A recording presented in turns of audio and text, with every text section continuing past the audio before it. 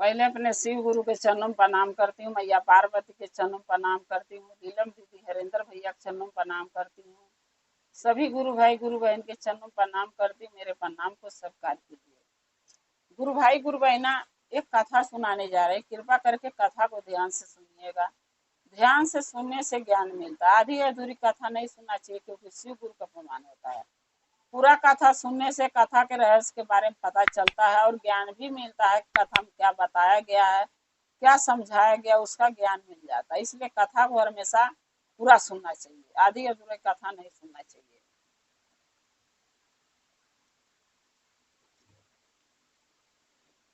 लोग कहते हैं कि इंसान इतना पूजा पाठ भक्ति करता है, सो महादेव कहाँ उनको मिलते हैं, कहाँ उनका सहायता करते हैं। कहने वाले बहुत से कहते हैं, लेकिन तो महादेव मिलते हैं, लेकिन उसके लिए थोड़ा तपस्या करना पड़ता है। जब हमारे पाप की गठरी बहुत बड़ी हो जाती है, पिछले जन्म का हो चाहे इस जन्म का हो, तो पाप की गठरी कम होते होते होते होते टाइम लगता है। इसलिए कभी भी घबराइए नहीं। अगर हम महादेव का सेवा कर रहे हैं, चाहे पूजा कर रहे हैं, चाहे भक्ति कर रहे हैं, तो उस भक्ति का फल एक न एक दिन महादेव जरूर देंगे। क्योंकि हम लोग उनके नहीं देख पाते हैं, लेकिन उनका नजर महादेव का सब पर है। वो कहते हैं ना, मत बुरा कर्म कर बंदे वरना पछताएगा, भगवान के नजरों से कभी बच नहीं पाएगा। इसलिए भगवान की नजर सब पर है, हर इंसान पर, जानवर पर, पेड़ पर, पौधे पर, सब पर उनकी नजर है। लेकिन हम लोग उनको नहीं देख पाते हैं, क्योंकि हम लोग देखना नहीं चाहते हैं। जब हम दिल लगाएंगे महादेव में, सच्चे मन से उनका भक्ति पूजा आराधना सेवा करेंगे, तो जरूर हमें महादेव मिलेंगे। ऐसे ही कहानी एक इंसान की है। किसी गांव में एक इंसान रहता था अपने परिवार के साथ। वो मजदूर प्रतिदिन, मन का सच्चा था, उसके मन में छल कपट नहीं था, उसको भरोसा अपनी मेहनत पर था और महादेव पर। वो यही कहता था, कर्म अपना करेंगे, फल एक दिन जरूर महादेव हमें देंगे। वैसे ही हम भी कहते हैं कि आप लोग भी कर्म कीजिए। तो वो इंसान क्या करता था कि मेहनत मजदूरी गांव में करके अपने बाल बच्चों का पेट पालता था। एक रोज क्या हुआ कि सावन के महीना में तो आप लोग जानते ही हैं, गुरु भाई गुरु बहिना की बरसात के समय होती है। चाहे गांव हो चाहे प्रदेश हो, जब बारिश होता है तो काम लगता नहीं है, लोग परेशान होते हैं। और जो दिहाड़ी वाले आदमी है तो उनका तो काम नहीं लगेगा, तो खाएंगे कहाँ से, कमाएंगे नहीं थे। चलो कंपनी में ऑफिस में तो जो भी कर रहे हैं वो तो चलो छाए रहते हैं, उन तो जाके कमा सकते हैं। लेकिन जो बाहर काम करते हैं, दिहाड़ी वाले हैं, वो तो बिना बारिश बारिश जब होता तो कैसे काम करेंगे। तो सावन के महीना में ज्यादा बारिश होने लगा, जिसके कारण से वो किसान जो गांव के आदमी था, वो काम नहीं कहीं उसका लग पा रहा था। दिहाड़ी का काम करता था, लेबर गिरी ईटा माटी के। उसने एक दिन अपने पत्नी से बोला कि न हमारे पास अच्छा घर है, ना खेत है कि जिसके वजह से खेती में ही करके खा लेंगे, चाहे थोड़ा बहुत हो जाएगा कुछ ना कुछ। ऐसा करें, यहाँ भी रोजी रोटी लग नहीं रहा है बारिश की वजह से, चलो शहर चलते हैं। अपनी पत्नी से बोला कि कुछ पैसे हैं जो ले लेते हैं, किराया भाड़ा हो जाएगा, कुछ पैसे जो हैं जमा पूंजी के धरे हैं, तो अपना खर्चा पानी कुछ दिन चलेगा, और कुछ खाने पीने का बना लेना, और शहर जाएंगे अपन वहाँ कमाएंगे। जब पैसे कमाएंगे, पैसे आने लगेगा, तो वहाँ खाने पीने का हो जाएगा, फिर दिक्कत नहीं होगा। उसकी पत्नी बोली ठीक है। उसकी पत्नी खाने पीने का जो भी सामान उसके पास व्यवस्था हुआ सो बना ली। और दोनों बच्चों के लेके, दो बच्चे थे उसके, दोनों बच्चों के लेके वो इस आदमी अपने गांव से शहर आ गया कमाने के लिए। जब शहर में आ गया कमाने के लिए, तो वो बहुत नौकरी ढूंढा। पहले तो किराए पर घर लिया, तो मकान मालिक बोला भाई टाइम से हमके किराए चाहिए। सारे मकान मालिक ऐसे ही कहते हैं, टाइम से किराया चाहिए। उन्होंने भी बोला, जहाँ कमरा लिया था, भाई टाइम से हमें किराया चाहिए। तो वो आदमी बोला कि ठीक है, आपको टाइम से किराया दूंगा, लेकिन थोड़ा हमके समय दीजिए, काम धंधा नहीं है, और काम धंधा ढूंढ लेते हैं, जब कमाने लगेंगे तो आपके हम किराया समय से देते रहेंगे, उसमें कोई दिक्कत नहीं आएगी। मकान मालिक बोला ठीक है। अब वो आदमी काम लगा ढूंढने, बीवी बच्चों को घर पे छोड़ दिया रूम किराए पर लेके, और काम के तलाश में वो रोज डेली जाने लगा। 2 दिन गया, 3 दिन गया, 4 दिन गया, काम कहीं उसको मिला ही नहीं। क्योंकि दिहाड़ी पर करने वाला काम इंसान, चाहे परदेश हो चाहे शहर हो, बरसात तो 77 होती है सावन के महीने में, तो चाहे वो दिहाड़ी पर करे चाहे कैसो करे, लेकिन जब बाहरी उसको करना है तो बरसात होगी तो कहाँ से करेगा। तो काम वो 4 दिन ढूंढा, उसको जब काम आदमी को नहीं मिला, तब उसने सोचने लगा कि अब मैं क्या करूं, कहाँ जाऊं, कमरा किराया पे ले लिया हूं और काम भी नहीं मिल रहा है। अगर मान लो कि हम कहीं जाते भी हैं घूम के कहीं से, तो घर में बीवी कहती है कि क्या हुआ, काम लगा, तो हम क्या उसको बोलें। रोज यही जवाब देता हूँ कि नहीं आज नहीं मिला, कल जरूर मिल जाएगा। आज करते करते 4 दिन बीत गया, 5वां दिन चालू हो गया, काम मुझे मिला नहीं, मैं क्या करूं। वो आदमी किसान जो था सोचने लगा, सोच रहा था, तबले देखा एक बहुत बड़ा मंदिर था, उसमें घंटा बज रहा था, यानी घंटी बज रहा था मंदिर के। उसने आवाज सुना, बोला आज हम भोलेनाथ के मंदिर जाएंगे और आज अपनी परेशानी अपने महादेव से हम बताएंगे, क्योंकि दूसरे से कहेंगे तो दूसरा कोई मेरी परेशानी मेरा दुख नहीं हरेगा। अगर हम अपने महादेव से, भोले बाबा से कहेंगे तो हमारा दुख हमारा महादेव जरूर हरेगा। जब वो मंदिर गया तो मंदिर में कोई नहीं था, वही कर्मचारी थे जैसे सेवा करने वाले, कोई झाड़ू लगा रहा था, कोई पोछा लगा रहा था, कोई मंदिर के धुलाई कर रहा था, कोई फूल पत्ती जो गिरा था रख रहा था, कोई झाड़ू मार रहा था, यानी ऐसे सेवक सारे सेवा कर रहे थे। वो आदमी जाके गेट पर बोला कि भैया क्या हमें भी काम मिलेगा, ये बताइए, मुझे भी काम अगर दे देते तो सही रहता। अब सब उसको देख के हंसने लगे, बोले बताओ इसको काम कंपनी में जाके ढूंढना चाहिए, ऑफिस में ढूंढना चाहिए, तो हमारे पास मंदिर में काम ढूंढने महादेव का आया, भला यहाँ महादेव कहाँ से काम देंगे इसको। तो वो बोला भैया हंस क्यों रहे हो आप लोग। तब सब बोलने लगे भाई तू यहाँ क्या काम करेगा। तो कह रहा भैया देखिए हम गांव से आया हूँ, कमरा किराया पर लेके छोड़ दिया हूँ बीवी बच्चे को वहाँ, और मकान मालिक बोला टाइम से किराया चाहिए ना, हमके खाने पीने का हमारे बच्चों के लिए है ना, किराया देने का पैसा है, तो हमें यही काम पर रख लेते, तो हमें भी जो मालिक से तनख्वाह आप लोग लेते हैं उसी मालिक से तनख्वाह हम भी मांग लेते। फिर सब हंसने लगे कि ये कौने मालिक का नाम ले रहा, हम लोग तो फ्री की सेवा करते हैं, यहाँ पर कहाँ कोई मालिक है हमको तनख्वाह देता है। लेकिन ये बात वो आदमी को तो नहीं पता था, वो तो भोला था, उसको तो यही था कि लोग तनख्वाह पे काम कर रहे हैं, काम मैं करूंगा तो मुझे भी तनख्वाह मिलेगी, पैसे मिलेगा। फिर पूछा भैया क्यों हंस रहे हो।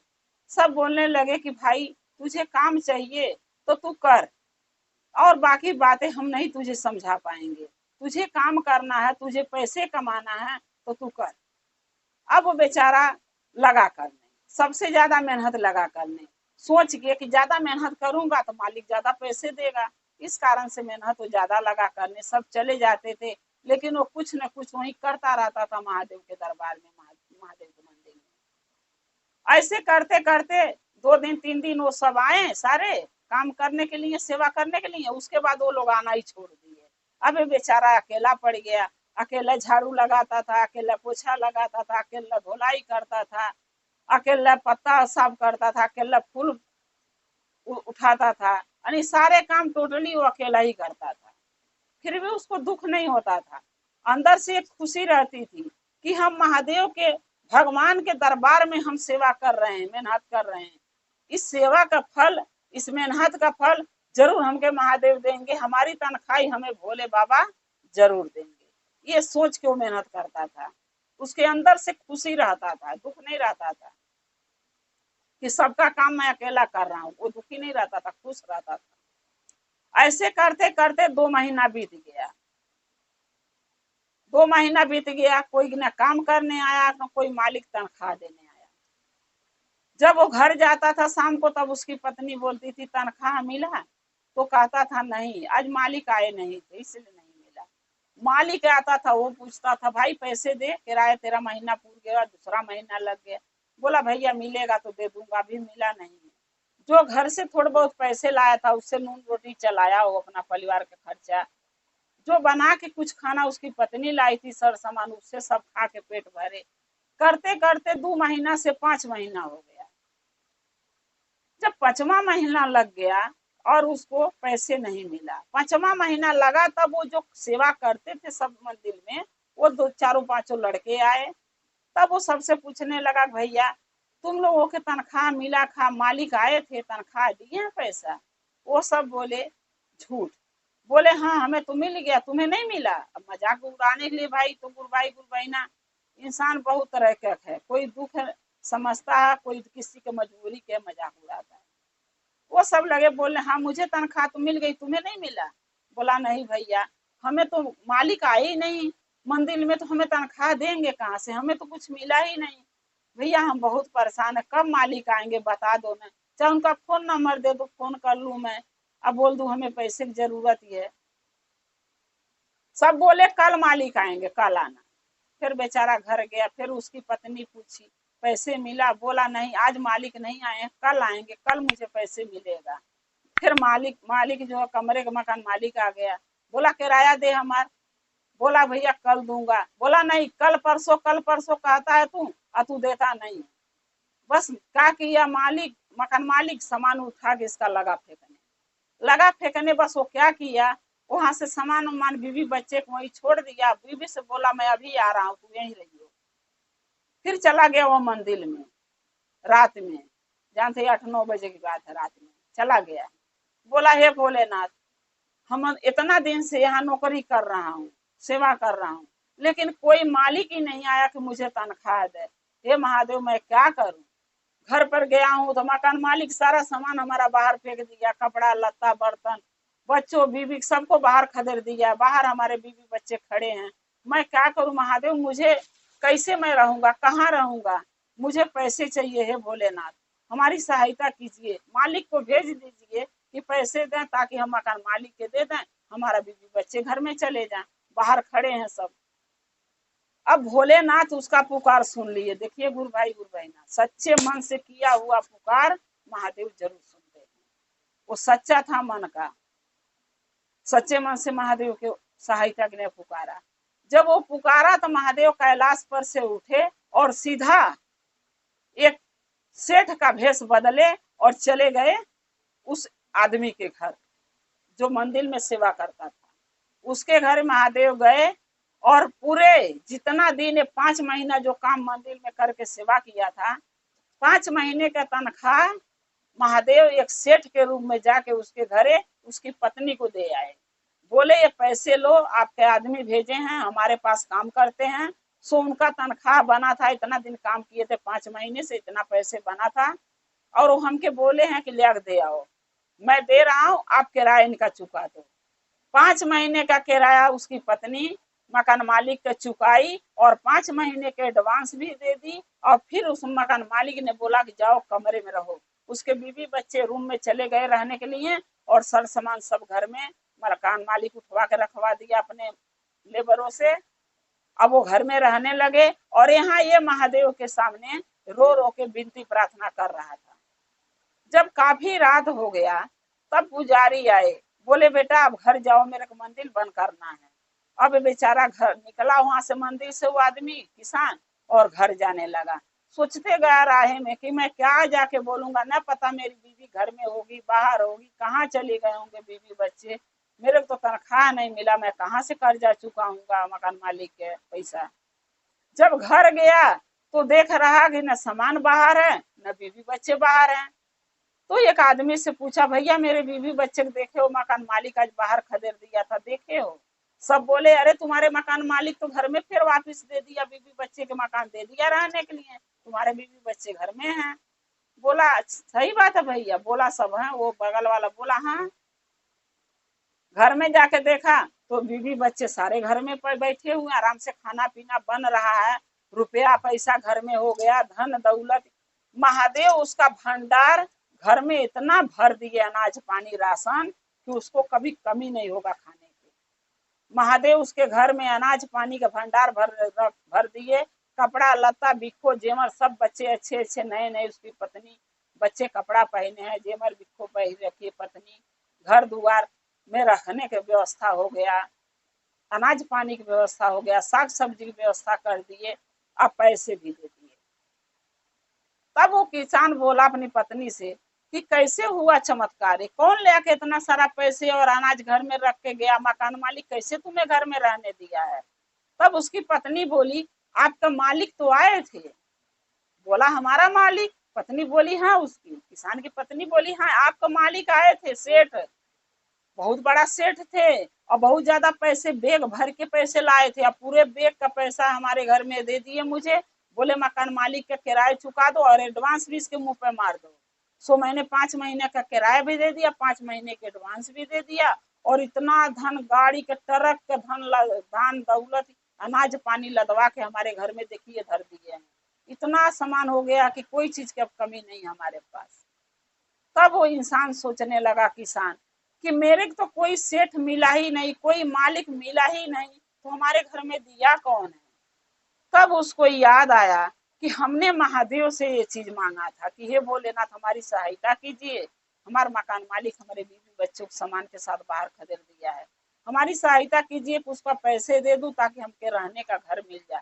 तो हमारे भोलेनाथ हमारी सहायता किए हैं। तब वो हंसने लगा। तब उसकी पत्नी बोली कि आप क्या मुस्कुरा रहे हैं। तब बोला कि नहीं जानती हो, ये कोई सेठ नहीं आए थे, आना हम कहीं कंपनी में काम कर रहे थे, हम तो मंदिर में जाते थे और महादेव के झाड़ू पोछा करते थे, और पत्ता उत्ता बाहर के फेंक देते थे, फूल पत्ती उठा के रख देते थे, झाड़ू पोछा कर लेते थे, महादेव के धो नहला के उनका सेवा कर देते थे। हम कहीं कमाने और नहीं जाते थे। न कोई हमके सेठ, हम किसी सेठ के मैं अपने घर भेजा हूँ तुम्हारी सहायता के लिए, हमारे पत्नी की सहायता करके आओ। ये हमारे भोलेनाथ थे जो हमारी सहायता करके करे हैं आके। तब उसकी पत्नी बोली कि देखिए ना, भोलेनाथ महादेव का कितनी बड़ी कृपा दया है हमारे ऊपर, हम लोगों के ऊपर, हमारे परिवार के ऊपर, कि कोई सेठ नहीं आया, कोई हमारी सहायता नहीं किया, अब महादेव आके हमारी सहायता किए हैं एक सेठ के रूप में। तब उसका पति बोला किसान की हाँ, महादेव के सहायता, जिसके ऊपर महादेव खुश हो जाते हैं, जो इनके मन के भा जाता है, उसका सहायता जरूर करते हैं। तब उसकी पत्नी बोली कि देखिए आज से हम भी आपके साथ सेवा में चलेंगे महादेव के मंदिर में, कोई आए न आए, लेकिन हम पति पत्नी जब तक जिएंगे, जब तक जीवन रहेगा, जीवन भर महादेव के झाड़ू पोछा सेवा बरहोमास करेंगे और उन्हीं के चरणों में लगे रहेंगे। तब उसका पति बोला हाँ तुम ठीक कर रही हो, आज से हम महादेव की सेवा में रहेंगे। तब से पति पत्नी दोनों महादेव का सेवा लगे करने, और महादेव उसके धन दौलत रुपया पैसा धन का कोई चीज की कमी नहीं दिए, जीवन उसके खुशियों से भर दिए। इसीलिए कहते हैं गुरु भाई गुरु बहना कि महादेव के अगर हम पूजा भक्ति आराधना सेवा कर रहे हैं, झाड़ू पोछा मंदिर में जाके लगा रहे हैं, महादेव का पूजा कर रहे हैं, एक लोटा जल चढ़ा रहे हैं, तो हमें महादेव कभी दुखी नहीं रखेंगे। महादेव सब देखते हैं कि हमारा कौन भक्त सच्चे मन से हमारा भक्ति करता है, पूजा करता, सेवा करता है, और कौन नहीं करता है। इसलिए कहते हैं गुरु भाई गुरु बहना कि जो भी कीजिए दिल से कीजिए, मन से, सच्चे दिल से, ताकि महादेव के दर्शन हो पाए, हमारी महादेव हमारे सहायता करें, हम महादेव के चरणों में लगे रहें, इस जन्म में भी और मरने के बाद भी उनके चरणों में स्थान मिले। जय श्री गुरु महादेव। गुरु भाई गुरु बहना, अगर मेरा ये कथा आपको अच्छा लगा तो कमेंट में लिख के जरूर भेजिएगा, चैनल को सब्सक्राइब कर लीजिएगा, जो भी मैं नया नया कथा वीडियो डालती हूँ आपके पास पहुंचता रहे। आप हमारे कथा को ऐसे ही देखते रहें, अपना प्यार दुलार देते रहें, हम और आप शिव परिवार से ऐसे ही जुड़े रहें। हर हर महादेव, घर घर महादेव। महादेव की दया और कृपा आप लोग पर सदा बना रहे। शिव गुरु सदा आप लोग के साथ रहे। जय शिव गुरु।